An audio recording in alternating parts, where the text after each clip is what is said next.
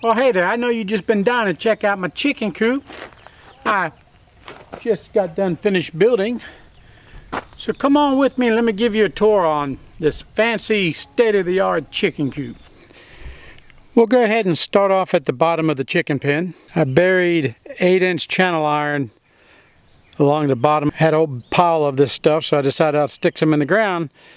And this is to deter animals from digging into the pen. Since I finished my project about 2 weeks ago, several times I found where critters have tried to get in.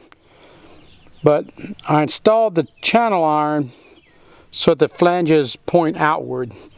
So the animal will get digging up against the metal and they'll go down, and then they'll hit that bottom flange and they're like, what the hell is this? And so far they've given up. And I've got wire going all the way up to the roof. Now my roof is just old barn tin.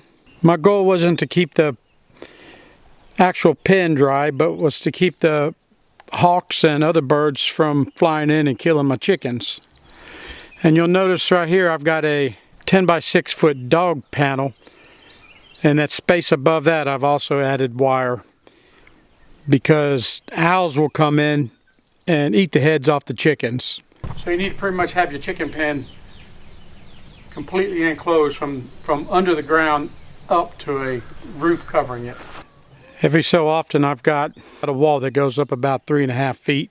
These sections of board, what they do is they give me wind breaks and they also allow for added shade. I got a nifty little watering system installed.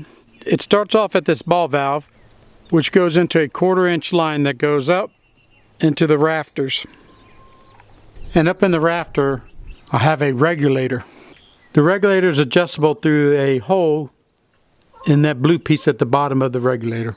From the regulator, the lines go to these nifty waterers, which I have 2 of. The way the waterer works, this is not full of water. Let me dump it. When they drink the water, the body of it gets lighter and it raises up. And it pushes against this valve, which causes water just to dribble out. And at just 1 pound of pressure, it basically just dribbles. It fills up the trough. When the trough fills up, it drops down and releases the valve. And you'll just see the water just trickles down the sides. Along with my outside waters, I've got a water on the inside. It's plumbed into the same system with 1 pound of pressure, and the chicks just basically hit these little nipples. The water will dribble out. It works pretty good, but they prefer to drink out of the other waters. Well, excuse me, ma'am. I think I'm disturbing somebody. You'll see in the corner of the pen here we have a little enclosure that I made that's got a few chicks in it. When these chicks get big enough to be turned loose with the other chickens, we'll take that little enclosure down. And over here in this other corner, I've got a couple of roosts. And below this one roost, you'll see them boards, and that's actually a hatch that I could raise up the center board. And I don't have the wire trimmed yet to where the chickens can pass through, but once we're done with our garden, we'll be able to open up a hatch and allow the chickens to roam around in the garden.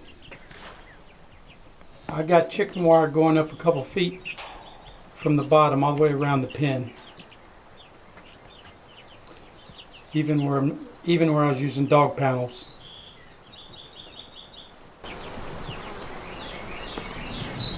As far as my coop itself, I built this a couple of years back.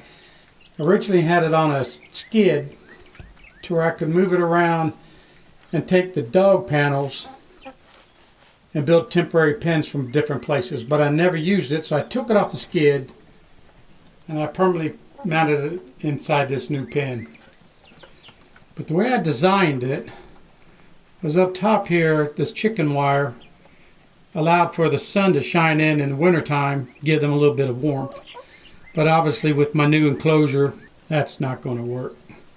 But regardless, it allows for a lot of airflow. keeping it cool is much more important than trying to keep it warm. And we've got several of these little holes in the pen to allow for the air to breathe. Over to the side here, I've got my feeder. It's nothing but 3-inch PVC with a couple of elbows on it and a removable top. I just dump my feed in there and they're able to eat the feed from inside the pen. And I've got a bungee cord holding it in place so I can remove it so I can wash the inside of the pen out. Because if I don't remove it, then bird crap splattering will wind up inside here. But you'll just see the feed sits right there. It's just 2 elbows, and the second elbow I just cut flush. There you have it. I also got this fancy little hatch to allow the birds in and out of the coop. That allows me to close them up at night without going into the pen. I simply just undo a string from behind the pen, work the hatch from back behind the pen.